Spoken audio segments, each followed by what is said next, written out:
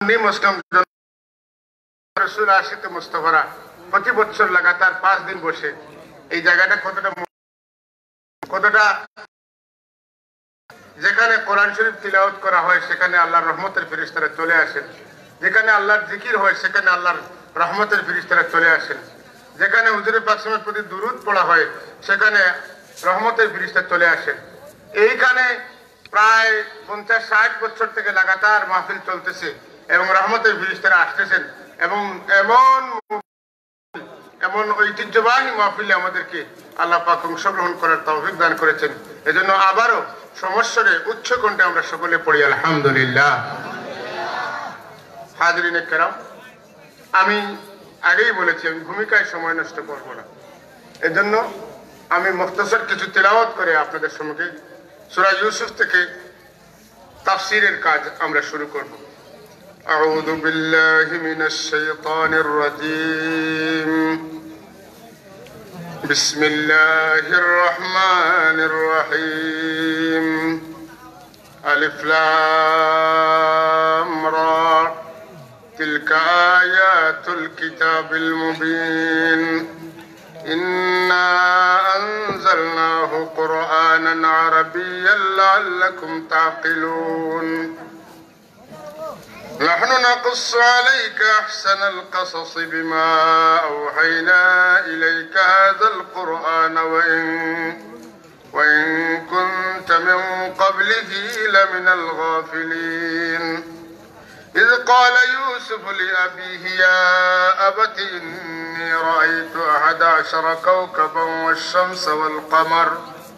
والشمس والقمر رأيتهم لي ساجدين قال يا بني لا تقصص رؤياك على إخوتك فيكيدوا لك كيدا إن الشيطان للإنسان عدو مبين وكذلك يجتبيك ربك ويعلمك من تأويل الأحاديث ويتم نعمته عليك وعلى آل يعقوب كما أتمها على أبويك من قبل إبراهيم وإسحاق إن ربك عليم حكيم لقد كان في يوسف وإخوته آيات للسائلين إذ قالوا ليوسف وأخوه أحب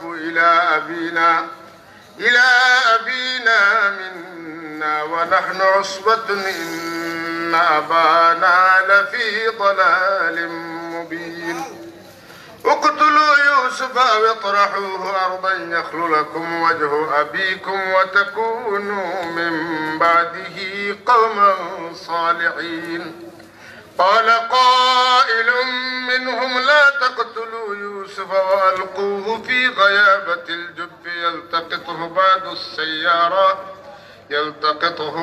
السيارة إن كنتم فاعلين صدق الله। হাজরিন কিরাম, সূরা ইউসুফের কয়েকটি আয়াত আপনাদের সম্মুখে তিলাওয়াত করলাম। এই সূরা ইউসুফের প্রথম আয়াত হচ্ছে আলিফ লাম রা। কোরআন শরীফের মধ্যে 29টি সূরার মধ্যে প্রথমে এইভাবে বিচ্ছিন্ন হরফ এসেছে। এগুলার অর্থ কি মুফাসসিরিনে কেরামরা বলতেছেন, এগুলার অর্থ সম্পর্কে, মুরাদ সম্পর্কে, উদ্দেশ্য সম্পর্কে আল্লাহ পাকই ভালো জানেন। তো এখানে একটা প্রশ্ন আসতে পারে, আমি আপনাদের সাথে গল্প করে করে কথা বলবো। একটা প্রশ্ন আসতে পারে যে আল্লাহ রাব্বুল আলামিন যদি এটার উদ্দেশ্য সম্পর্কে ভালো জানেন তাহলে হুজুরে পাক সাল্লাল্লাহু আলাইহি ওয়াসাল্লামের কাছে এটা কেন দিলেন? হুজুর যদি বুঝেন না, আপনার ছেলে প্রবাসে থাকেন, উনি লন্ডনে গেছেন, আপনি বাংলা জানেন, ছেলে সেখানে গিয়ে ইংরেজি শিখছেন, আপনাকে উদ্দেশ্য করে একটা ইংরেজিতে চিঠি লিখছেন, এই চিঠিটা পড়ে আপনি কিছু বুঝবেন? যেহেতু আপনার ইংরেজি জানা নেই, তাহলে এই চিঠিটা আপনার কাছে কোনো কাজে নয়, এটা অনর্থক। এই অনর্থক যেটা হবে এটা আপনার কাছে পছন্দনীয় না। আল্লাহ রাব্বুল আলামিন তো অনর্থক কিছু করেন না, তার সত্তা এমন, তার প্রতিটি কথা কি রয়েছে, অর্থ রয়েছে, মূল্য রয়েছে। আল্লাহ রাব্বুল আলামিন তার হাবিবের কাছে কোরআন শরীফ পাঠালেন, এর মধ্যে 29 সূরার মধ্যে প্রথমে হুরুফে মুকাত্তাত দিলেন, আয়াতে মুতাশাবিহ দিলেন, অথচ হুজুর এটার মুরাদ বুঝলেন না, উদ্দেশ্য বুঝলেন না, তাহলে হুজুরের কাছে এটা আসার তো কোনো যুক্তি আসে না। অথচ প্রত্যেক মুফাসসিরিন লিখেছেন যে এটার তারা উদ্দেশ্য কি এটা আল্লাহই ভালো জানেন। তাহলে এটার একটা সমাধান হওয়া দরকার আছে কি নেই বলেন? আপনারা সকলে বলে আছে কিনা? যদি এই সমস্যাটার সমাধান আমরা না জানি তাহলে আমরা বুঝবো যে হুজুর এর কাছে যে সমস্ত আয়াত এসেছে এর কিছু সংখ্যক আয়াতের অর্থ হুজুর জানেন বুঝেন, আর কিছু সংখ্যক আয়াতের অর্থ হুজুর জানেন না বুঝেন না। তাহলে এটা সমাধান কি? এখানে উলামায়ে কেরাম আছেন, নুরুল আনোয়ারে মুহকাম আর মুতাশাবিহ সম্পর্কে আলোচনা আছে। সেই মুতাশাবিহ আয়াতের মধ্যে এই সূরা 29টা সূরার প্রথমে যে আয়াতগুলো এসেছে এগুলো সম্পর্কে উনি কথা বলেছেন মুসান্নিফ রাহমাতুল্লাহি তাআলা আলাইহি। তিনি বলতেছেন যে হুজুরের কাছে এসেছে এই আয়াতগুলো, হুজুর যদি না বুঝেন তাহলে যেহেতু এই আয়াতগুলো অবতীর্ণ হওয়াটা অনর্থক হয়ে যাবে, সুতরাং এর আল্লাহ পাক অনর্থক কোনো কাজ করেন না। এই জন্য হুজুর সাল্লাল্লাহু আলাইহি ওয়াসাল্লাম এর উদ্দেশ্য সম্পর্কে ভালো জানেন। বলুন সুবহানাল্লাহ। এখন কোরআন শরীফের মধ্যে হুজুর যে ভালো জানেন এটার দলিল কি? যে আপনারা আমরা জানি সূরা বনী ইসরাঈলের একটি আয়াত, ওয়াকাদা রাব্বুকা আল্লা তা'বুদু ইল্লা ইয়াহু ওয়া বিল ওয়ালিদাইনি ইহসানা। এই আয়াত সম্পর্কে আমরা অনেকের ধারণা রয়েছে। আল্লাহ রাব্বুল আলামিন বলতেছেন যে আমার হাবিব আমি সুস্থের সিদ্ধান্ত নিয়েছি যে আমি ছাড়া কারো ইবাদত আমার বান্দারা করতে পারবে না, এবং এর পরপরই মা বাবার প্রতি তারা ভালো ব্যবহার করবে, ইহসানের ব্যবহার করবে। এখানে কথা হচ্ছে যে আল্লাহ ছাড়া কারো ইবাদত করা যাবে না ঠিকই, কিন্তু আল্লাহর ইবাদতটা আমরা কিভাবে করব? আমার নিজের মতো করব? হবে? হবে না। আল্লাহর ইবাদতটা তখনই গ্রহণযোগ্য হবে যখন তার ইবাদতের মধ্যে হুজুরে পাকমের ইতাআত পাওয়া যাবে, আনুগত্য পাওয়া যাবে।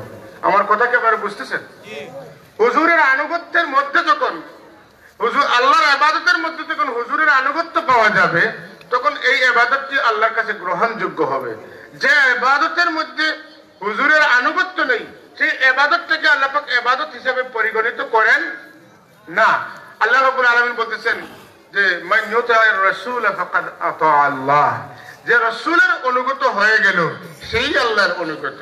তার মানে হুজুরের অনুগত হয় নাই, যতই নামাজ পড়ুক, রোজা রাখুক, হজ করুক, আর ভালো কাজ অনেক করুক, এটা আল্লাহ গ্রহণ করবেন না। মাসালান উদাহরণস্বরূপ আমাদেরকে আল্লাহ পাক কোরআন শরীফে 72 বার বলেছেন নামাজ পড়ার জন্য, 82 বার বলেছেন নামাজ পড়ার জন্য, ঠিক না? আকিমুস সালাহ আকিমুস সালাহ আকিমুস সালাহ বলেছেন। কিন্তু জোহরের নামাজ কত রাকাত পড়বো? এক রাকাতে কয়টা রুকু দিব, কতটা সিজদা দিব, কখন বসবো, কখন দাঁড়াবো, দাঁড়িয়ে কি পড়বো, বসে কি পড়বো, রুকুতে গিয়ে কি পড়বো, সিজদা থেকে কি করবো, তাশাহুদে বসে কি করবো, কোনো কিছু কিন্তু কোরআনের পাকের মধ্যে আল্লাহ পাক বলে দেন নাই। ওটা আমরা কার কাছ থেকে শিখেছি? কি বলেন? সকালে বলেন। নবীজির কাছ থেকে শিখেছি। আলহামদুলিল্লাহ। আপনারা এমন একটা আনসার দিয়েছেন যেখানে 100 মার্ক পেলে 100ই আপনারা পাবেন। আপনারা ভালো ছাত্র, আলহামদুলিল্লাহ। তো হুজুর আমাদেরকে নামাজ শিক্ষা দিয়েছেন, রোজা শিক্ষা দিয়েছেন, হজ শিক্ষা দিয়েছেন, ভালো কাজ শিক্ষা দিয়েছেন, মা বাবার আনুগত্য শিক্ষা দিয়েছেন, মুরব্বীদের সম্মান শিক্ষা দিয়েছেন, ছোটদের স্নেহ মমতা শিক্ষা দিয়েছেন, মসজিদ বানানোর শিক্ষা দিয়েছেন, মাদ্রাসা শিক্ষা দিয়েছেন, লেখাপড়া শিক্ষা দিয়েছেন, সবকিছু শিক্ষা দিয়েছেন কে? হুজুর সাল্লাল্লাহু তাআলা আলাইহি ওয়া আলিহি ওয়াসাল্লাম। আল্লাহ রাব্বুল আলামিন বললেন ওয়াকাদা রাব্বুকা আল্লা তা'বুদু ইল্লা ইয়া, আমি ছাড়া আর কারো ইবাদত করা যাবে না, এই ব্যাপারে সুস্থির সিদ্ধান্ত আমার। এরপরে মা বাবার প্রতি দয়ার ব্যবহার করতে হবে। তাই যদি হয় তাহলে আমরা আল্লাহর ইবাদতটা কিভাবে করব? ইবাদতটা করব হুজুর আমাদেরকে যেভাবে শিক্ষা দিয়েছেন। এখানে যদিও আল্লাহ পাক আল্লাহ তাবারাক ওয়া তাআলার অধিকারকে বলার পরে হুজুরের কথা বলেন নাই, কিন্তু ওয়াকাদা রাব্বুকা আল্লা তা'বুদু ইল্লা ইয়া, এখানে আল্লাহর অধিকারের কথা বলা হয়েছে। যেখানে আল্লাহর অধিকারের কথা বলা হয়েছে সেখানে অটোমেটিকলি হুজুরের অধিকারের কথা ওর ভিতরেই চলে আসছে। কথা বুঝেন নাই? তার উদাহরণ আমি দিয়েছি। আমরা নামাজ পড়বো, কিন্তু কিভাবে পড়বো? হুজুর আমাদেরকে যেভাবে শিক্ষা দিয়েছেন সেভাবেই নামাজ পড়বো। আমি যদি মনে করি নামাজ একটা ভালো কাজ, রুকুও ভালো কাজ, সিজদাও ভালো কাজ, তাহলে ভালো কাজ মনে করে ধরেন আমি ভালো কাজ শুরু করলাম, আমি প্রথমে যদি সিজদা করে নাই, এরপরে রুকু করি, এরপরে কিয়াম করি, আমার নামাজ হবে? আমি যদি এক রাকাত নামাজের মধ্যে 10টা রুকু করি, 20টা সিজদা করি, ওগুলো তো ভালো কাজ, আমার নামাজ হবে? কেন হবে না বলেন? হুজুর এইভাবে নামাজ আমাদেরকে শিক্ষা দেন নাই। তাহলে আমরা বুঝতে পারলাম যে কোরআন শরীফের প্রথমে 29টা সূরার প্রথমে যে কি আছে, হরফে মুকাত্তাত আছে, এগুলো দ্বারা উদ্দেশ্য কি এটা আল্লাহ এবং আল্লাহ রসুল ভালো জানেন। সকলে পড়ি আলহামদুলিল্লাহ। কথাটা পরিষ্কার হয়েছে, আল্লাহর রসুলের অধিকার আল্লাহর অধিকারের ভিতরেই রয়েছে। কথা বুঝতে পারছেন? মান ইউতি'র রাসূল ফাকাদ আতা আল্লাহ। একটা কথা আজকের তাফসীর মাহফিলে যদি আমরা একটা বিষয়ের সমাধান নিয়ে যেতে পারি যে আল্লাহর রসুলকে চেনার জন্য আমাদের একটি আয়াতই যথেষ্ট, একটা হরফে আয়াতে মুতাশাবিহ, যেখানে আল্লাহ রাব্বুল আলামিন তার আনুগত্যের কথা বলেছেন, সাথে সাথে হুজুরের আনুগত্যের কথা বলেছেন। এমন কোন আয়াত নেই যেখানে আল্লাহ তার আনুগত্যের কথা বলেছেন, হুজুরের কথা বলেন নাই। এমন আয়াত হুজুর আল্লাহ পাক হুজুরের উপরে নাযিল করেন নাই।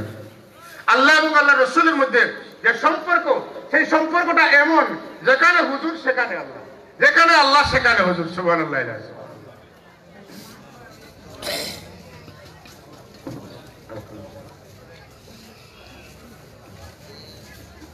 আল্লাহকে আমরা আনুগত্য করব। আমি আমার কথাটার প্রতি একটু মনোনিবেশ করি। আমরা আল্লাহর আনুগত্য করব, যাকে আমরা আনুগত্য করব তাকে দেখতে হবে না তিনি কেমনে খান, ওইভাবে আমরা খাবো। তিনি কেমনে হাঁটেন, আমরা এইভাবে হাঁটবো। তিনি কিভাবে কথা বলেন, আমরা ওইভাবে কথা বলবো। আমরা তো আল্লাহকে দেখি নাই, কি বলেন দেখা যাবে? এই চর্মচক্ষু দিয়ে আল্লাহকে দেখা যাবে একমাত্র হুজুর সাল্লাল্লাহু আলাইহি ওয়াসাল্লামের চক্ষু মুবারক। এটা চক্ষু নয়, এটা চক্ষু মুবারক। সেই চক্ষু দিয়ে আল্লাহকে দেখা সম্ভব হয়েছিল। মুসা আলাইহিস সালামও দেখেন না। কি বলেন? तोरा और महराज में किस्सा से होता है या अपना गाना और है उनको बुलाना और है। হুজুরের মেরাজ, মুসা আলাইহিস সালামের মেরাজ সমান নয়। হুজুরকে দাওয়াত দিয়ে নেওয়া হয়েছে। মুসা আলাইহিস সালাম আল্লাহকে দেখার জন্য দাবি দিয়েছেন, এজন্য আল্লাহ দিদার দিয়েছেন, কিন্তু উনি দেখতে পারেননি, উনি বেহুশ হয়ে পড়ে গিয়েছেন। সুবহানাল্লাহ। কথাটা বুঝতে পেরেছেন? এজন্য আমরা আমাদের চক্ষু দিয়ে আল্লাহকে দেখতে পারবো না। আল্লাহর প্রতিনিধি হিসেবে আল্লাহ পাক তার হাবিবকে পাঠিয়েছেন। আমরা তার অনুগত হয়ে গেলে আল্লাহর অনুগত হয়ে যাব। আমরা তার সন্তুষ্টির ভিতরে ঢুকে গেলে আল্লাহর সন্তুষ্টি আমরা পেয়ে যাব। হুজুরকে যখন আমরা ছেড়ে দিব, তখন আল্লাহর নাম নিলেও আল্লাহ আমাদের আল্লাহর নাম নেওয়াটা আল্লাহ কবুল করবেন না। এজন্য লা ইলাহা ইল্লাল্লাহ, লা ইলাহা ইল্লাল্লাহ, লা ইলাহা ইল্লাল্লাহ ঈমান হয় নাই যতক্ষণ মুহাম্মদুর রাসূলুল্লাহর সাথে বলা হবে। কি বলেন? মুহাম্মদুর রাসূলুল্লাহ নাই তো ঈমান নাই। মুহাম্মদুর রাসূলুল্লাহ আছে তো লা ইলাহা না থাকলেও ঈমান কিছু সময় আছে। কারণ মুহাম্মদুর রাসূল, উনি কার রাসূল? আল্লাহর রাসূল। মুহাম্মদুর রাসূলুল্লাহ, আল্লাহ আছেন আমাদের সাথে। পড়ুন সুবহানাল্লাহ। আমি আগেই বলেছি, আমি কথা অতিরিক্ত বলবো না, আমার আয়াতের উপরে কিছু কথা বলবো। তিলকা আয়াতুল কিতাবিল মুবিন। এই যে কিতাব, এই কিতাবটা ওই কিতাব এর আয়াত যেগুলো এখানে আলোচনা হবে, এগুলো স্পষ্ট আয়াত, এর মধ্যে গোপন কিছু নেই, সব পরিষ্কার, লুকানো কিছু নেই। এখানে কোরআন শরীফে আল্লাহ রাব্বুল আলামিন যা বলেছেন আল্লাহর বান্দাদের জন্য এটা পরিষ্কার। আর আমরা যা বুঝবো না, পরিষ্কার হবে না, এটা পরিষ্কার করে দেওয়ার জন্য আল্লাহ তাবারাকা ওয়া তাআলা তার রাসূলকে পাঠিয়েছেন। আল্লাহ রাব্বুল আলামিন বলতেছেন ওয়া ইউআল্লিমুহুমুল কিতাব। কি বলেছেন? ওয়া ইউআল্লিমুহুমুল কিতাব। এই কিতাবটা আপনি শিক্ষা দিবেন। আমরা যেখানে কোরআন শরীফকে ব্যাখ্যা করতে যাব, তাফসীর করতে যাব, সেখানে তাফসীর করার শুরুতেই আমরা দেখবো যে এই কোরআন শরীফের এই আয়াতটার ব্যাখ্যা অন্য কোনো আয়াতের মধ্যে আছে কিনা। মাসালান একটা আয়াত আমি বলি যে আল্লাহ রাব্বুল আলামিন বলতেছেন আলিমুল গায়বি ওয়াস শাহাদা হুয়ার রহমানুর রহিম। আল্লাহ হচ্ছেন আলিমুল গায়ব, তিনি প্রত্যেকটি ঘটনা, প্রত্যেকটা কাজকে তার কুদরতি চোখ দ্বারা বাস্তবে দেখেন, তিনি সাক্ষী। আমরা যদি মনে করি শুধু আল্লাহ রাব্বুল আলামিন গায়েব জানেন আর কেউ জানেন না, এই আয়াত প্রমাণ করে। কিন্তু অন্য যদি সামনের দিকে আমরা অগ্রসর হই, দেখবেন আল্লাহ রাব্বুল আলামিন বলতেছেন আলিমুল গায়বি ফালা ইউযহিরু আলা গায়বিহি আহাদান ইল্লা মান ইরতাদা মিনার রাসূল। সুবহানাল্লাহ। আমি জানি আর আমি রাসূলদের মধ্যে যাদের উপরে সন্তুষ্ট তাদেরকে আমি জানাইয়া দেই। সুবহানাল্লাহ। আল্লাহর কাছে গায়েব কোনো কিছু আছে? আল্লাহর কাছে তো সব জাহির, সব শাহিদ, সব হাজির। তাহলে হুজুর পাক সাল্লাল্লাহু আলাইহি ওয়াসাল্লামকে আল্লাহ পাক ক্ষমতা দিয়েছেন, তিনি জানেন, এত জানেন যে তার জানাটার সমুদ্র কত ব্যাপক, আমাদের সেই সমুদ্রের সীমা পরিসীমা নির্ণয় করার মতো কিছু আমাদেরকে আল্লাহ পাক দান করেন নাই। এই আয়াতের মধ্যে, এই সূরার মধ্যে একটা আয়াত আছে যে হযরত ইউসুফ আলাইহিস সালাম স্বপ্নে দেখলেন 10টা তারকা এবং চন্দ্র সূর্য তাকে সিজদা করতেছে। এই একটা স্বপ্ন, এটা কি কোরআন শরীফে আরো নবীদের স্বপ্ন আছে না? হযরত ইব্রাহিম আলাইহিস সালামের স্বপ্ন রয়েছে, আছে কি নাই? ইন্নী আরা ফিল মানামি আন্নী আযবাহুকা ফানজুর মাযা তারা। ইসমাঈল আলাইহিস সালামকে বলতেছেন, বাবা আমি স্বপ্নে দেখেছি তোমাকে আল্লাহকে খুশি করার জন্য জবাই করতেছি, তোমার মতামত কি? উনি বলতেছেন, ইয়া আবাতি ফাল মা তুকমার সাতাজিদুনি ইনশাআল্লাহু মিনাস সাবিরিন। আব্বু আপনার যা ইচ্ছা তা করেন, যা প্রত্যাদেশ প্রাপ্ত হয়েছেন ওটাই করেন, আমার কোনো আপত্তি। সুবহানাল্লাহ। এটা তো আরেকটা স্বপ্ন। আচ্ছা বলেন তো, একটা স্বপ্ন ইব্রাহিম আলাইহিস সালামের, একটা স্বপ্ন ইসমাঈল ইউসুফ আলাইহিস সালামের, আরেকটা স্বপ্ন যদি হুজুর সাল্লাল্লাহু আলাইহি ওয়াসাল্লামের হয়, তাহলে একজন উম্মতে মুহাম্মদ যদি কোন স্বপ্নের কিতাব লেখে, ভালো ভালো লোকদের স্বপ্ন, নবীদের স্বপ্ন, ওলিদের স্বপ্ন, এভাবে খুব উত্তম স্বপ্নগুলা উনি লিখলেন। কেউ জান্নাত দেখেছেন, কেউ জাহান্নামের ভয়াবহতা দেখেছেন, কেউ চাঁদ দেখেছেন, কেউ আরো অনেক কিছু দেখেছেন। এখানে 1 নম্বর স্বপ্ন হিসেবে কার স্বপ্নটা আসবে? হুজুর সাল্লাল্লাহু আলাইহি ওয়াসাল্লামের স্বপ্ন। কি বলেন? আমাদের প্যারা নবী সাল্লাল্লাহু আলাইহি ওয়াসাল্লামের স্বপ্নটা কোথায় আসবে? সর্বাগ্রে আসবে। তিরমিজি শরীফের হাদিস, হুজুর সাল্লাল্লাহু আলাইহি ওয়াসাল্লামের আদত মুবারক ছিল, তিনি প্রতিদিন আসরের নামাজ পড়ে সাহাবায়ে কেরামের দিকে মুখ করে তাদেরকে জিজ্ঞাসা করতেন, তাদের কোনো অভাব অভিযোগ থাকলে উনি শুনতেন। আবার ফজরের নামাজের পরে উনি সাহাবায়ে কেরামদের দিকে মুখ করে বসতেন এবং তাদেরকে জিজ্ঞাসা করতেন যে আমার সাহাবায়ে কেরামরা, আপনারা কি আজকে কেউ কোনো স্বপ্ন দেখেছেন? আসরের পরে মুখ ঘুরিয়ে সাহাবায়ে কেরামদের দিকে বসার একটা উদ্দেশ্য, আর ফজরের পরে নামাজ পড়ে ইমাম সাহেব বসেন না আমাদের দিকে মুখ করে বসেন, এটার আরেকটা উদ্দেশ্য। তো হুজুর সেদিন জিজ্ঞাসা করছেন, আমার সাহাবীরা আজ তোমরা কি কেউ স্বপ্ন দেখেছো? সাহাবায়ে কেরাম বলেন, ইয়া রাসূলুল্লাহ আমরা আজকে কোনো স্বপ্ন দেখিনি। হুজুর বলেন, আমি একটা স্বপ্ন দেখেছি। সুবহানাল্লাহ বলবেন না? আমি একটা স্বপ্ন দেখেছি। সাহাবায়ে কেরাম খুবই আগ্রহী, স্বপ্নটা কার? রাসূল সাল্লাল্লাহু আলাইহি ওয়াসাল্লামের স্বপ্ন। এই পৃথিবীর মধ্যে এর চাইতে ভালো কোনো মানুষ, খায়রু খালকিল্লাহ আফদালুল বাশার, এর চাইতে উত্তম কেউ আল্লাহ পাক সৃষ্টি করে নাই। উনি ওয়াজহে কায়নাত, মুফাখখারে মাওজুদাত, যার কারণে আল্লাহ পাক বিশ্ব ভুবনকে সৃষ্টি করেছেন, যিনি সমস্ত সৃষ্টি জগতের অহংকার, যার হাতে লেওয়ায়ে হাম থাকবে, যিনি শাফিউল মুজনিবিন হবেন, যাকে রাহমাতুল লিল আলামিন লকব দেওয়া হয়েছে, যিনি হাসরের ময়দানে একমাত্র ব্যক্তি, সকলেই নীরবতা পালন করবেন। হুজুর বলতেছেন, ওয়ানা খাতিবুন ইজান সাতু, যখন তোমরা কেউ কথা বলবে না, এমনকি জিবরিলও কথা বলবেন না, তখন আমি কথা বলবো, আমি খুতবা দিব, ভাষণ দিব। সুবহানাল্লাহ আলাইহি। সেই নবী আজকে বলতেছেন সাহাবায়ে কেরামের সম্মুখে যে আমি স্বপ্ন দেখেছি। আজকে সাহাবায়ে কেরাম অধীর আগ্রহে বসে আছেন। আপনাদের কি আগ্রহ জাগে না হুজুরের স্বপ্ন জানবেন? আপনারা হুজুর কি স্বপ্ন দেখেছেন আপনারা জানতে চান? দুরূদ শরীফ পড়েন, আল্লাহুম্মা সাল্লি আলা সাইয়্যিদিনা মাওলানা মুহাম্মদ ওয়া আলা আলি সাইয়্যিদিনা মাওলানা। জুরে সুরে মোহাব্বতে আল্লাহুম্মা সাল্লি আলা সাইয়্যিদিনা মাওলানা মুহাম্মদ ওয়া আলা আলি সাইয়্যিদিনা মাওলানা। হাজিরিনে কেরাম, হুজুর সাল্লাল্লাহু আলাইহি ওয়াসাল্লাম বলতেছেন যে আমার সাহাবায়ে কেরাম, আমি আজ রাতে আমার রবকে খুব সুন্দর সুরতে দেখেছি। কাকে দেখেছেন? রবকে। রবকে আল্লাহ। رأيت ربي في أحسن صورتي فقال يا محمد هل تدري فيما يختصم الملأ الأعلى।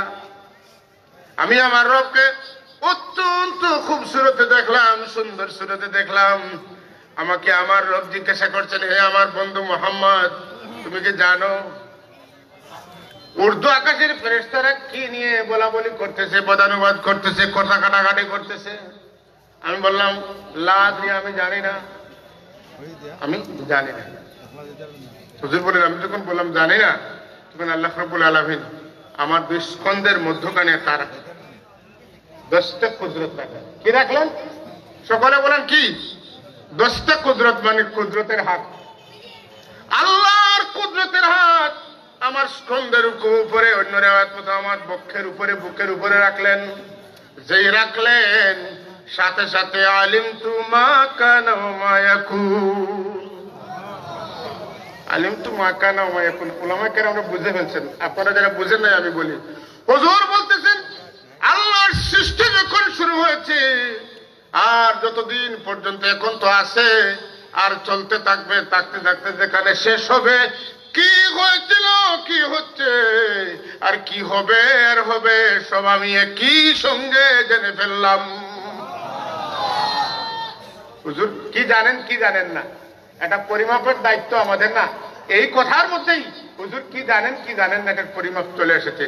এরপরে যারা পাল্লা নিয়ে বসবে, হুজুর এটা জানতেন না, সেটা জানতেন না, এটা জানতেন, সেটা জানতেন না, এর কথা বললেই বুঝবেন যে এর মধ্যে মুনাফিকি ঢুকে গেছে, ঈমান চলে গেছে, মুনাফিকি চলে আসছে।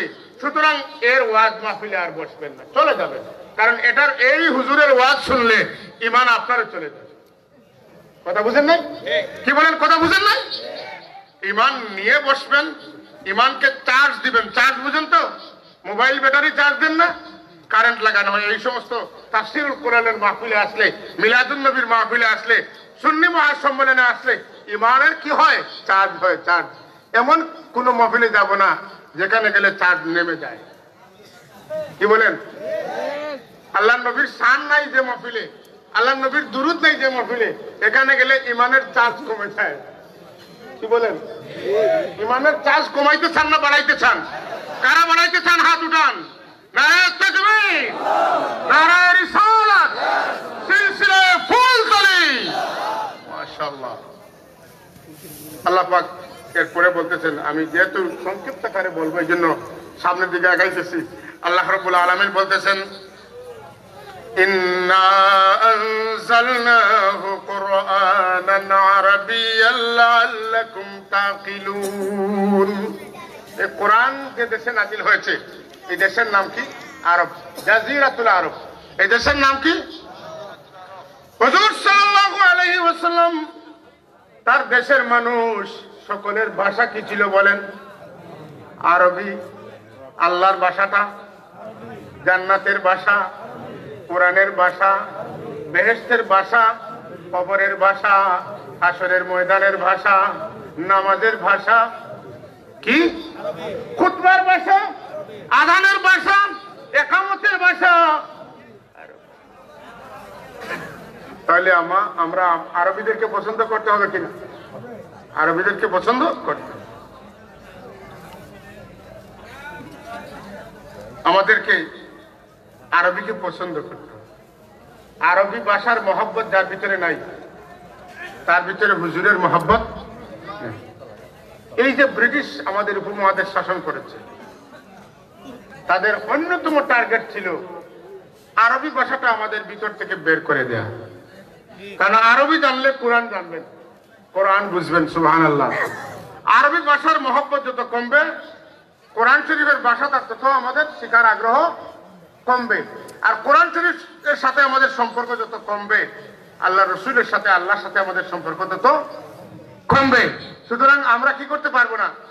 আমরা আরবি ভাষা ছাড়তে পারবো না। আজকাল কিছু লোক বেরিয়েছে যারা বলতে চায় খুতবাটা যেন বাংলায় হয়, যাতে সকলেই বুঝে। কথা তো সুন্দর, উদ্দেশ্য খারাপ। কি বলেন? খুতবা যদি বাংলা হয় সকলে বুঝতে ভালো হবে, কিন্তু কথা সুন্দর, উদ্দেশ্য খারাপ। আপনি যদি নামাজ তাকবীর যখন দিবেন তখন বলেন আল্লাহ মহান, এটার মধ্যে দিল শান্তি হবে নাকি আল্লাহু আকবার বললে অন্তর শান্তি হবে? আল্লাহু আকবার বললে। যদি আপনি পড়েন অনন্ত সীম প্রেমময় তুমি বিচার দিনের স্বামী, সেখানে যদি বলেন আলহামদুলিল্লাহি রাব্বিল আলামিন আর রহমানির রহিম মালিক ইয়াউমিদ্দিন, কোথায় ভালো লাগবে? মুমিনের অন্তরে আলহামদুলিল্লাহি রাব্বিল আলামিন তথা কোরআন শরীফের তিলাওয়াত অত্যন্ত ভালো লাগে। আল্লাহ রাসূল সাল্লাল্লাহু আলাইহি ওয়াসাল্লাম যে এলাকায় তার জন্ম হয়েছিল মক্কা শরীফে, সেখানকার মানুষের ভাষা ছিল আরবি এবং তারা সাধারণ আরবি ছিল না, বিশ্বের মধ্যে সবচেয়ে উন্নত আরবি ভাষা তারা জানতো। যাদের পেট থেকে, তাদের জবান থেকে নতুন নতুন আরবি শব্দ বের হতো, যারা নিজেরা একটা শব্দ বললে সেটা আরবি হয়ে যায়। তারা আরবি ভাষার বৈজ্ঞানিক ছিলেন। আমাদের যেমন বাংলা ভাষার বাংলা একাডেমি যারা পরিচালনা করে, তাদের মধ্যে তারা বাংলা তৈরি করে, যেমন চেয়ার ইংরেজি শব্দ, যে এটা বাংলা কিভাবে ঢুকছে, এটাকে বাংলা একাডেমি অ্যাকসেপ্ট করছে কিসে, যে চেয়ারটা এখন কি বাংলা, টেবিলটা কি বাংলা। সুতরাং তাদের নিজস্ব ভাষা ছিল আরবি এবং এবং এমন আরবি ছিল যে তারা যেটাই বলতো সেটাই আরবি হয়ে যেত। সুবহানাল্লাহ।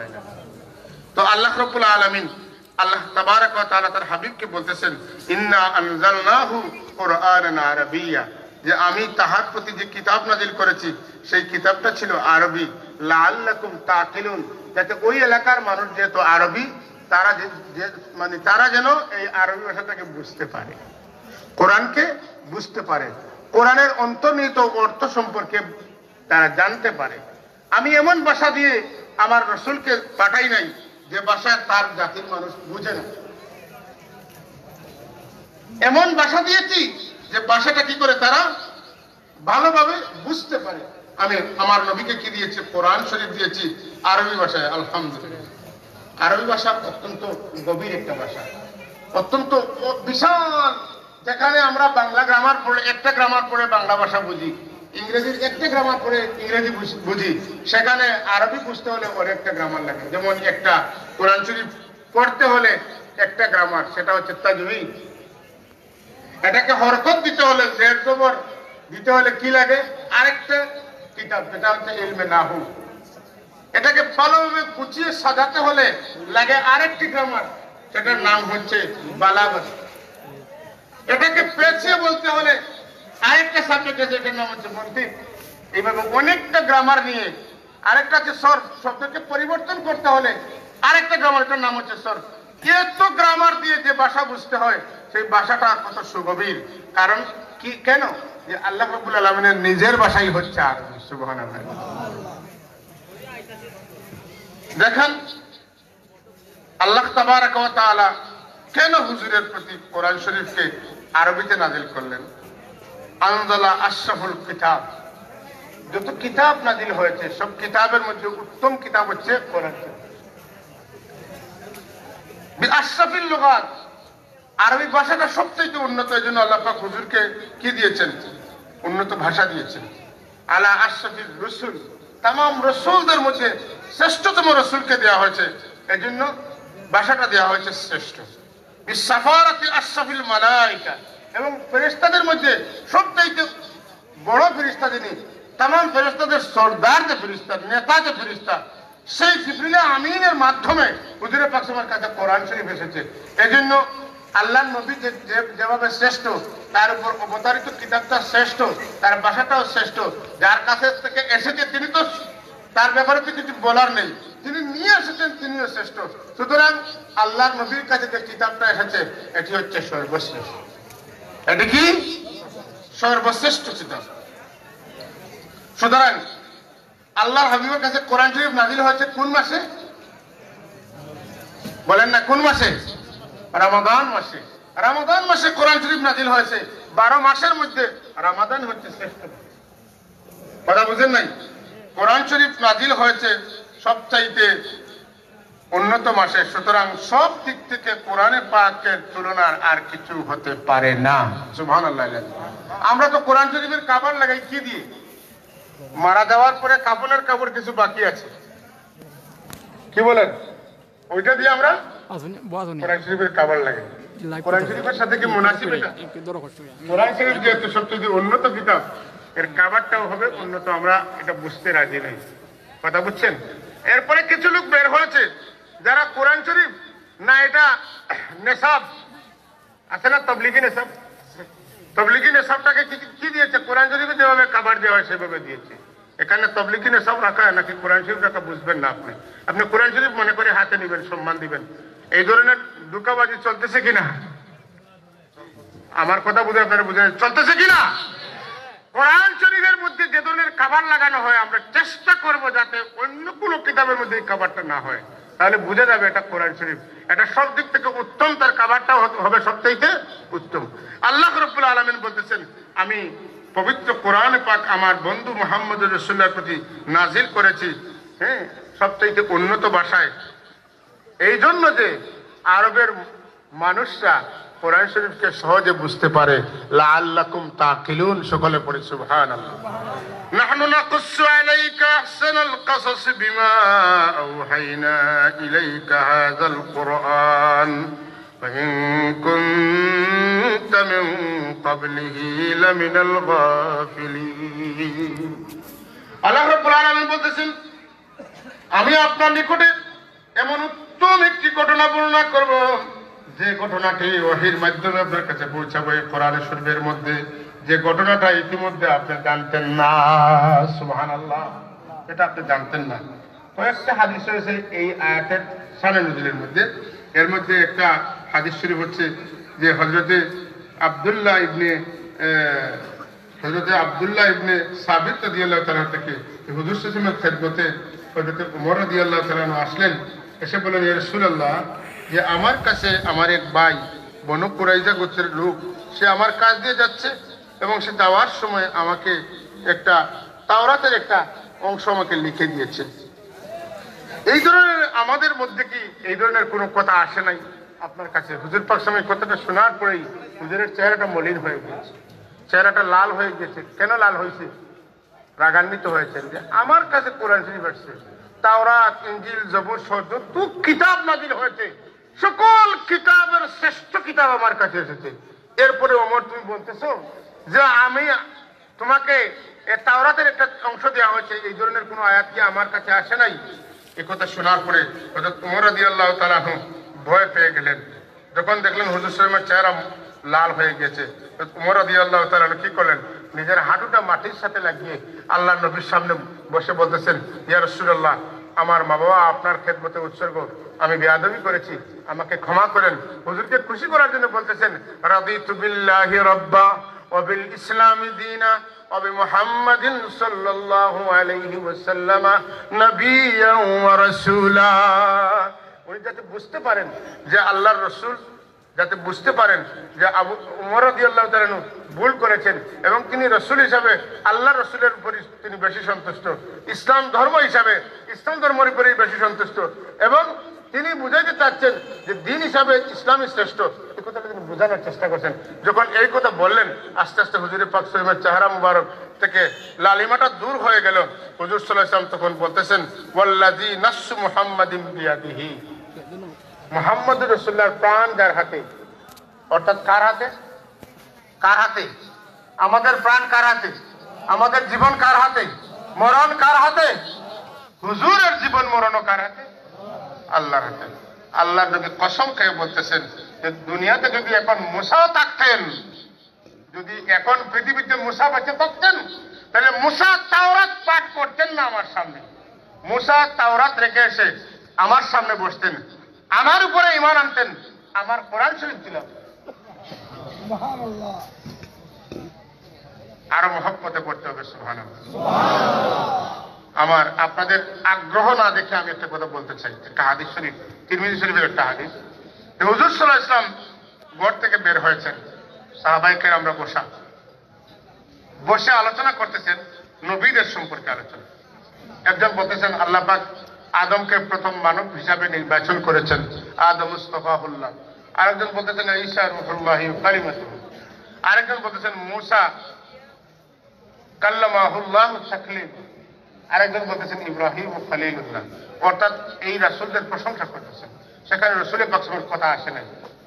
হুজুর সাহেব ঘর থেকে বের হয়েছেন, তাদের আলোচনা শুনতে শুনতে কাছে গিয়েছেন। যাওয়ার পরে বলতেছেন, সামি'তু কালামাকুম ওয়া আজাবাকুম। আয় আমার সাহাবারা, তোমরা কি বলেছো? তোমাদের কথা আমি শুনেছি, এবং একজনের কথার পরে আরেকজন নবীকে এর চাইতে বেশি সম্মানিত আরো মর্যাদাপূর্ণ এটা বোঝানোর জন্য যে আশ্চর্য প্রকাশ করেছে তোমাদের চেহারার মধ্যে থেকে, তোমাদের ভাষা থেকে যে আশ্চর্য বোধ এসেছে তাও আমি বুঝতে পেরেছি। আমি বুঝতে পেরেছি যে তোমরা মুসা আলাইহিস সালামকে যা বলেছো, ঈসা আলাইহিস সালামকে যা বলেছো, ইব্রাহিম আলাইহিস সালামকে যা বলেছো, যাকে যা বলেছো সব কথা সত্য। ওহুয়া কাযালিক, ওহুয়া কাযালিক, ওহুয়া কাযালিক, ওহুয়া কাযালিক, সব ঠিক আছে, ঠিক আছে, কিন্তু আমার আলোচনা কিন্তু তোমাদের আলোচনার মধ্যে আসে না। আমি এর থেকে বুঝতে পারতেছি যে তোমরা ওই 4-5 জন নবী থেকে আমাকে তোমরা কম সম্মান বোধ করতেছো। আসলে বিষয়টা এইভাবে না। আলা ওয়ানা হাবিবুল্লাহি ওয়ালা ফখর বিয়াদি লিওয়াউল হামদ ইয়াউমাল কিয়ামা তাহতাহু আদম ফামান দুনা। সুবহানাল্লাহ, সুবহানাল্লাহ। এ আমার সাহাবারা, তোমরা ভাবতেছো তোমাদের নবী মুহাম্মদুর রাসূলুল্লাহ সাল্লাল্লাহু আলাইহি ওয়াসাল্লাম ওই 4 জন নবী থেকে তার সম্মানটা কম। তোমরা জেনে রাখো, ওই আদম থেকে ঈসা আলাইহিস সালাম পর্যন্ত 1 লক্ষ মতান্তরে 2,24,000 পয়গম্বর কম বেশি যারা আছেন, কাল কিয়ামতের দিন সকলের অবস্থা এমন হবে, আমার হাতে প্রশংসার পতাকা থাকবে, আর সেই পতাকার নিচে আদম থেকে ঈসা আলাইহিস সালাম পর্যন্ত যতক্ষণ সবাই আসবেন না ততক্ষণ পর্যন্ত সান্ত্বনা বোধ করবেন না। আমি হচ্ছে সেই নবী। প্রথমে বলেছেন ওয়ানা হাবিবুল্লাহ, আমি হচ্ছে আল্লাহর হাবিব, ওয়ালা ফখর, আমি অহংকার করতেছি না। হুজুর পাক সাল্লাল্লাহু বলেছেন আমার হাতে প্রশংসার পতাকা থাকবে, আর আমার এই পতাকা তলে আদম থেকে ঈসা পর্যন্ত সকলেই আসতে হবে। আমি ফখর করতেছি না, অহংকার করতেছি না। অহংকার যদি করতেছেন না তাহলে অহংকারী কথা বলতেছেন কেন? এই কথাগুলা অহংকারী না যে আমার হাতে থাকবে, এটা আমার পতাকার নিচে না আসলে কেউ রেহাই পাবেন না, এগুলো তো অহংকারী কথা। হুজুর সাল্লাল্লাহু অহংকার করেন নাই, যেভাবে বলছেন ঠিকই বলেছেন। হুজুর সাল্লাল্লাহু তার নিজের পজিশনটাকে তুলে ধরেছেন। আমরা যারা উম্মত, যদি আমাদের রসুলের পজিশন সম্পর্কে আমাদেরকে রসুল নিজে না বলেন তাহলে তার পজিশন মর্যাদা সম্পর্কে আমরা জানবো না। আমাদেরকে অবগত করার জন্য, আমাদেরকে জানানোর জন্য আল্লাহ পাক থেকে দায়িত্ব দিয়েছেন। সেই দায়িত্ব থেকে, তার দায়িত্বটাকে আদায় করার জন্য, তিনি পৌঁছানোর জন্য বলেছেন আমি অহংকার করতেছি না। বাস্তবতা হচ্ছে আমি সকল নবীদেরও নবী, সকল রসুলদেরও রসুল, আমি তামাম নবীদের ইমাম, তামাম রসুলদের ইমাম, তামাম ফেরেশতাদের ইমাম, আমি সাইয়্যিদু ওয়ালাদে আদম, সুবহানাল্লাহ, আমি তামাম আদম সন্তানের সর্দার। সুবহানাল্লাহ। হযরত জিবরাইল আলাইহিস সালাম যেই মসজিদের ইমাম ছিলেন, বাইতুল মামুর, ফেরেশতারা যে মসজিদে নামাজ পড়েন, সেই মসজিদে হুজুর যখন আল্লাহর সাথে দিদার করে সেই বাইতুল মামুরের কাছে আসলেন, জিবরিল আমিন বলছেন ইয়া রাসূলুল্লাহ, আমার যায় নামাজে আপনি একটু নামাজ পড়েন, বরকত দিয়ে যান। তখন জিবরিল আমিন আযান দিচ্ছেন আল্লাহু আকবার, আল্লাহু আকবার। এখন আর জিবরিলের ইমামতি চলে গিয়েছে, হুজুরের ইমামতি চলে আসছে। কথা বুঝেন নাই? জিবরিল আযান দিবেন, উনি মুয়াজ্জিন, আর আমার রাসূল নামাজ পড়াবেন, উনি ইমাম। ফেরেশতারা পিছনে নামাজ পড়বেন, তারা মুক্তাদি। হুজুরের পজিশন বড় না মুসা আলাইহিস সালামের পজিশনটা বড়? ঈসা আলাইহিস সালামের পজিশন বড়? কখনো না। হুজুর পাক সাল্লাল্লাহু যখন জন্ম হলো, হুজুর যখন পৃথিবীতে তাশরীফ আনলেন, এই যে মিলাদুন নবীর মাস চলে গেল, 12ই রবিউল আউয়াল হুজুর তাশরীফ এনেছেন।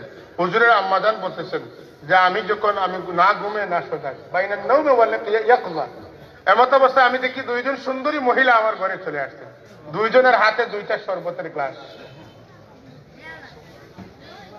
আমি জিজ্ঞাসা করি আপনারা কে? উনি জবাব দেন আমি আসিয়া, আমি মরিয়ম।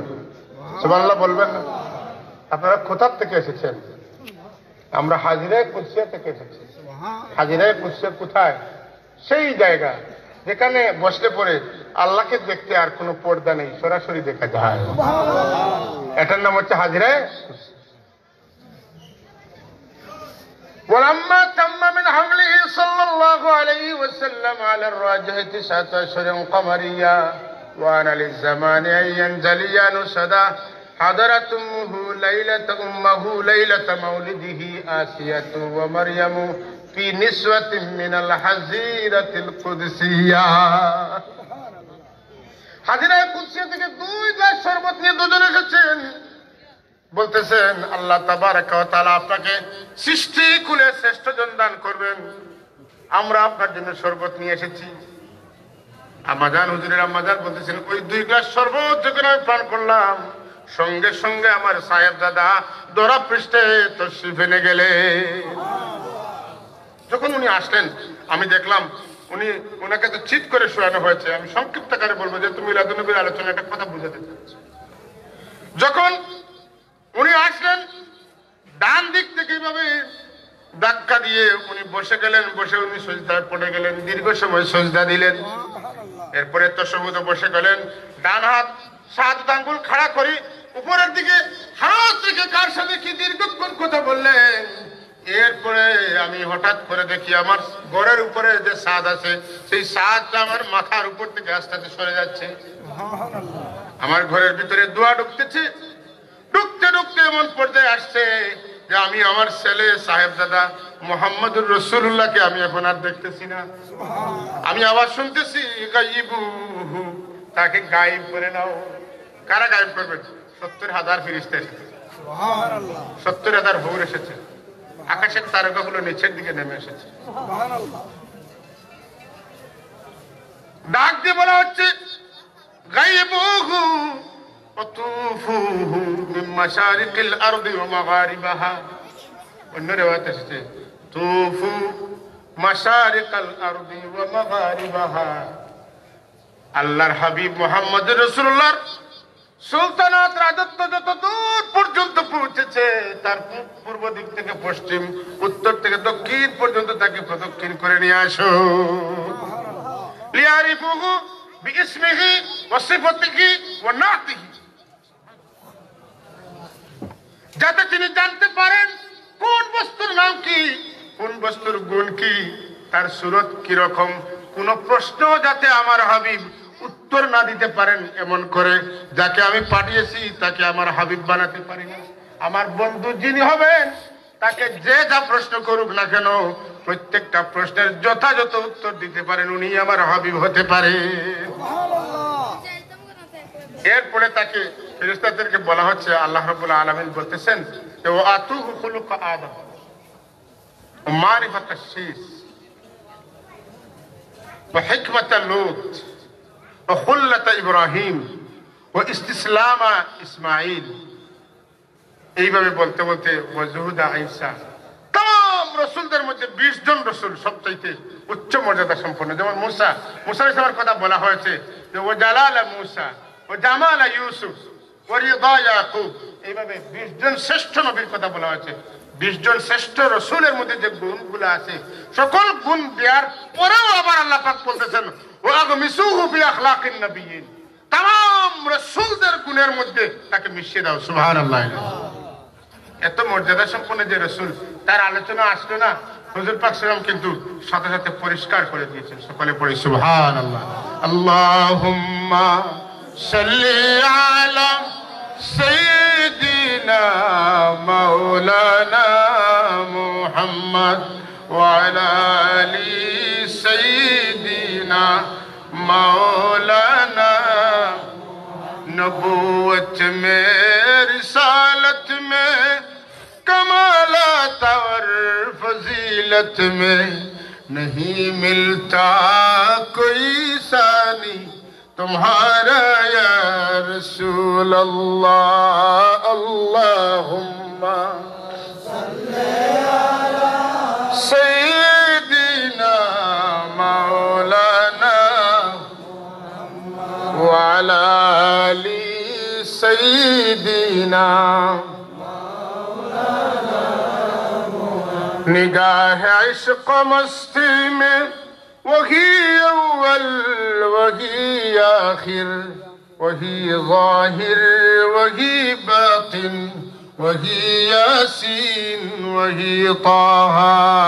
अल्लाहुम्मा सल्ली अला सय्यिदिना मौलाना मुहम्मद व अला आली सय्यिदिना मौलाना। পরবর্তী আয়াতে আল্লাহ পাক বলতেছেন যে ক্বালা ইউসুফ লিআবিহি ইয়া আবাতি ইন্নী রাআইতু 11 কাওকাবান ওয়াশ-শামসা ওয়াল-কমার والشمس والقمر رأيتهم لي ساجدين। এই স্বপ্ন হচ্ছে ইউসুফ আলাইহিস সালামের। ইউসুফ আলাইহিস সালাম তার আব্বাজানকে বলতেছেন, ইউসুফ আলাইহিস সালামের আব্বাজানের নাম কি? ইয়াকুব আলাইহিস সালাম। ইয়াকুব আলাইহিস সালামকে বলতেছেন যে আব্বু, আমি স্বপ্নে দেখেছি 10টি তারকা এবং চন্দ্র ও সূর্য আমাকে সিজদা দিতেছে। সচেতন ছাত্র যারা ওরা বলতে পারেন যে একজন ব্যক্তিকে চন্দ্র সূর্য তারকা কি করে সিজদা করে, এটা কেমনে হয়? এই সিজদাটা আল্লাহ রাসূল সাল্লাল্লাহু আলাইহি ওয়াসাল্লামের যুগের আগে, হুজুরের আগমনের আগে মানুষ মানুষকে সম্মান দিয়ে সিজদা দিত। হুজুর যখন পৃথিবীতে চলে আসছেন, এরপর থেকে মানুষকে মানুষ, কোন কবরকে মানুষ, অন্য কিছুকে কোন মানুষ সিজদা দিতে পারে?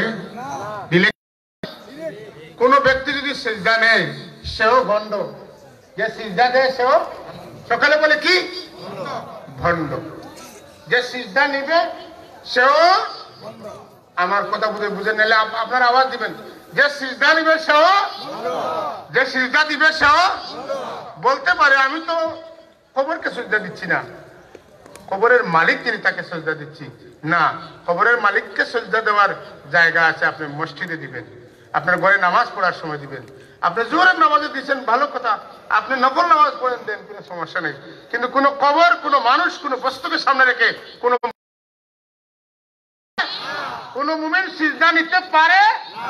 যে নিবে সে কি মুশরিক, সে কাফের, কোনো সন্দেহ নেই। না সন্দেহ রয়েছে? হযরত ইউসুফ আলাইহিস সালাম বলতেছেন, এ আমার আব্বাজান, ইন্নী রাআইতু আহাদা আশারা কাওকাবান ওয়াশ-শামসা ওয়াল কামারা রাআইতুহুম লি সাজিদিন। 11টা তারকা, চন্দ্র সূর্য আমাকে সিজদা দিতেছে। এটা কেমন স্বপ্ন বলেন তো? এই স্বপ্নটা, সব স্বপ্ন ঠিক যেভাবে দেখা যায়, কোন কোন স্বপ্ন ঠিক সেইভাবেই হয়, আর নয় স্বপ্নের কি লাগে, তাবির লাগে। এই স্বপ্ন বোঝার জন্য আলাদা ইলম রয়েছে, কথাটা বুঝতে পারছেন না? স্বপ্ন বোঝার জন্য একটা আলাদা কি রয়েছে, ইলম রয়েছে। এটা আল্লাহ পাক যাকে ইচ্ছা করেন দেন। যেমন ইউসুফ আলাইহিস সালামকে আল্লাহ দিয়েছিলেন, ও কাযালিকা ইয়াজতাবিকা রাব্বুকা ওয়া ইউআল্লিমুকা মিন তাউইলিল আহাদিস। সকলে পড়ি সুবহানাল্লাহ। ইউসুফ আলাইহিস সালাম যখন এই স্বপ্ন দেখলেন, ওই স্বপ্নটা এত মুবারক স্বপ্ন দেখার কারণে আব্বাজান বুঝতে পারলেন যে আমার ছেলে নবী হবে। আরো জোরে পড়ি সুবহানাল্লাহ। সুবহানাল্লাহ পড়লে গুনাহ হয়? কি হয়? সওয়াব হয়। কতটা? 10টা 20টা না, সুবহানাল্লাহি তামলাউল মিজান, নেকির পাল্লা ভরে যায়। আপনারা বলবেন তো একবার পড়ে নিয়েছি, পাল্লা তো ভরে গিয়েছে, আর লাগবে না জীবনে। কি বলেন? না, কত পাল্লা লাগবে হাসরের ময়দানে গেলে বোঝা যাবে। কথা বুঝেন নাই? হযরত ইউসুফ আলাইহিস সালাম এই স্বপ্নটা দেখলেন, দেখার পরে স্বপ্নের তাবির বুঝে ফেললেন। ইয়াকুব আলাইহিস সালাম বলেন, আব্বু লা তাকাসুস রুইয়াকা আলা ইখওয়াতিক ফায়াকিদু লাকা কাইদা। আমার বাবাজান, আমার স্নেহের সন্তান, তুমি এই স্বপ্নটা তোমার ভাইদেরকে বলবা না। এই স্বপ্ন বললেই তারা তোমার বিরুদ্ধে ষড়যন্ত্র শুরু করে দিবে। বাবা বলেছেন, মুরব্বী কাজ মুরব্বী করেছেন। মুসা আলাইহিস সালাম তো, ইউসুফ আলাইহিস সালাম তো মুরব্বী না, আমি তো শিশু। আস-সাবিয়্যু সাবিয়্যুন ওয়ালাউ কানা নাবিয়্যুন, আস-সাবিয়্যু সাবিয়্যুন ওয়ালাউ কানা নাবিয়্যুন। একজন নবী হয়তো তার নবুয়ত কালে তিনি শিশু। এজন্য মুসা আলাইহিস সালামের সামনে যখন কলম রাখা হলো, আগুনের আংটা রাখা হলো, তিনি কি করলেন? কলমে হাত দিলেন। এটা তার মুজিজা। সুবহানাল্লাহ, এটা তার কি মুজিজা। কিন্তু শিশু সুলভ হলে কি করতেন তিনি? আগুনের আংটায় হাত দিতেন। আল্লাহ রাব্বুল আলামিন তার হাতটাকে ধাক্কা দিয়ে ফেরেশতার মাধ্যমে ওই আগুনটাকে হাতে নিলেন, মুখে দিলেন। সুবহানাল্লাহ। হযরত ইউসুফ আলাইহিস সালাম তার মর্যাদা সম্পর্কে আল্লাহর নবী বলেছেন, কারীম ইবনুল কারীম ইবনুল কারীম ইবনুল কারীম, ইউসুফ ইবনু ইয়াকুব ইবনি ইসহাক ইবনি ইব্রাহিম আলাইহিমুস সালাওয়াতু ওয়াত তাসলিমাত। ইউসুফ এমন একজন নবী, এমন শরীফ তবিয়তের মানুষ, এত ভালো তবিয়তের মানুষ, এত উত্তম চরিত্রের মানুষ যে ইউসুফ আলাইহিস সালামের মতো এত ভদ্র ফ্যামিলির সন্তান নবীদের মধ্যে আর কম নয়। জানি নিজে নবী, উনার ওয়ালিদে মুহতারাম নবী, উনার জাদ্দা আমজাদা নবী, এর উপরের দাদাও নবী। নবীর ঘরের নবীর ঘরের নবীর ঘরের নবী, ভালোর ঘরের ভালোর ঘরের ভালোর ঘরের ভালো, মানে খুব ভালো। কথা বুঝেন নাই? আমাদের দেশে উলামায়ে কেরামদের মাঝে মধ্যে মাথায় কি যেন ঢুকে যায়, যেখানে কোরআন শরীফ তিলাওয়াত হয়, দুরূদ শরীফ পড়া হয়, তাওয়ালুদ শরীফ পড়া হয়, সালাত ও সালাম দেওয়া হয়, দোয়া করা হয়, সুন্নি করা হয়, এই ৬টি কাজই ভালো কাজ। তারা বলে সব ভালো কাজ মিলে একটা বেদাত হয়ে গেছে। আর আমরা জানি অনেক ভালো কাজ একত্রিত হলে খুব ভালো কাজ হয়। আপনারা তো ফালুদা খান, ফালুদা বুঝেন তো? ফালুদা, ফালুদার মধ্যে কি থাকে? বেদানা থাকে, আনার থাকে, আঙ্গুর থাকে, আপেল থাকে, কমলা থাকে, কলা থাকে, আম থাকে, কাস্টার্ড পাউডার থাকে।